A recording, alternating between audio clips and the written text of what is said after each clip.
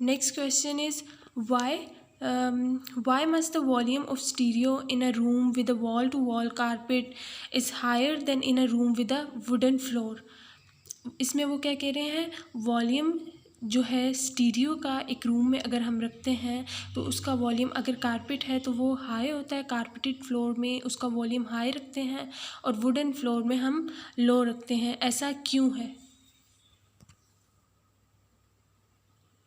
अगर हमारे पास जो फ्लोर है वो कारपेटेड है यानी कि फ्लफ़ी स्टफ़ है तो ये क्या करेगा, मोर साउंड को एब्जॉर्व करेगा, ज़्यादा साउंड को एब्जॉर्व करेगा। तो हमें जो स्टीरियो है अगर इस रूम में पड़ा हुआ है तो उसको हाईली ट्यून करना पड़ेगा ताकि हमें सही से क्लियर वॉइस सुनाई दे। जबकि वुडन फ्लोर में क्या होता है कि वो रिफ्लेक्ट नहीं करता है, कम रिफ्लेक्शन होती है, जैसे कि आपने इको वाले टॉपिक में पढ़ा होगा, रिफ्लेक्शन ऑफ साउंड वाले टॉपिक में। तो आपने देखा कि वुडन फ्लोर अगर हम लेते हैं तो वो आवाज़ क्या होगी, रिफ्लेक्ट होगी, ज़्यादा एब्जॉर्ब नहीं होगी। रिफ्लेक्शन की वजह से क्या होगा, आवाज़ गूंजेगी। तो अगर हम इस रूम में अपना स्टीरियो रखते हैं तो उसकी साउंड को हमें लेस ट्यून करना पड़ेगा। 11.5 question is a student says that the two terms speed and frequency of the wave refer to the same thing. What is your response? अब दो स्टूडेंट है वो कह रहे हैं कि स्पीड और फ्रीक्वेंसी ऑफ वेव दोनों एक ही चीज़ है, यानी कि इन दोनों का एक ही मतलब है। तो आपका क्या रिस्पॉन्स है? हमारा रिस्पॉन्स टोटली नो में है क्योंकि फ्रीक्वेंसी और स्पीड दोनों डिफरेंट थिंग्स हैं। फ्रीक्वेंसी आपके पास क्या होती है, नंबर ऑफ वाइब्रेशंस और cycles passing through a point पर सेकेंड।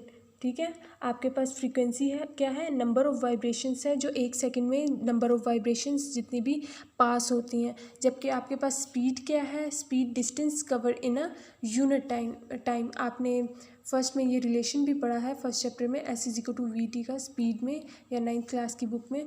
तो इसमें आपके पास v क्या है, स्पीड है। आप टी को एस के नीचे ले आए, डिवाइड करते हैं, v=s/t, that is a speed. Next question is two people are listening to the same music at the same distance.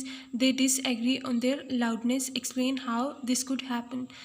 अब दो पर्सन हैं वो सेम म्यूज़िक को सुन रहे हैं, सेम डिस्टेंस है और वो दोनों डिसएग्री हैं, दोनों कह रहे हैं कि हमें डिफरेंट वॉइस सुनाई दे रही है, यानी कि एक को कम आ रही है और एक को ज़्यादा आ रही है।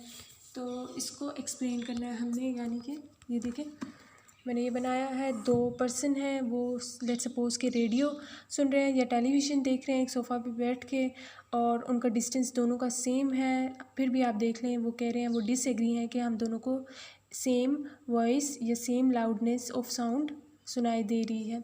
तो loudness also depend upon the sensitivity of air. Sensitivity of air पे डिपेंड करती है, जिसकी वजह से हो सकता है कि उन दोनों को डिफरेंट वॉइस, डिफरेंट लाउडनेस सुनाई दे रही हो। नेक्स्ट क्वेश्चन इज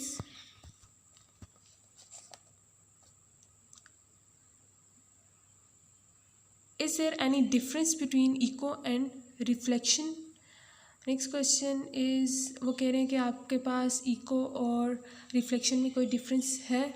वैसे तो कोई डिफरेंस नहीं है, लेकिन जो रिफ्लेक्शन है वो हम कहते हैं कि साउंड रिफ्लेक्ट करती है जब किसी भी सरफेस के साथ जाके इंसिडेंट होती है या स्ट्राइक करती है। जबकि इको के बारे में हम कहते हैं वो एक प्रॉपर फिनोमेना है, sound after reflecting from some surface. Next question is,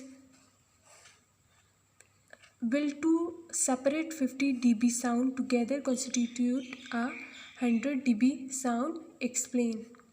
कह रहे हैं कि दो अगर 50 dB की साउंड लेते हैं तो वो 100 dB बन सकते हैं, यानी वैसे तो आप देखें 50 + 50 100 ही होता है, लेकिन यहाँ पे सम का रूल नहीं चलेगा।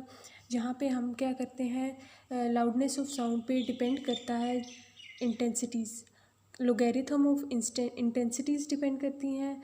ठीक है, यानी कि आपकी जो लाउडनेस है, जो साउंड लेवल है, वो डिपेंड करता है लोगैरिथम ऑफ इंटेंसिटीज़ पे। So the two voice of 50 dB do not constitute 100 dB sound level. Next question is why ultrasound is useful in medical field. Medical field में ultrasound क्यों useful है।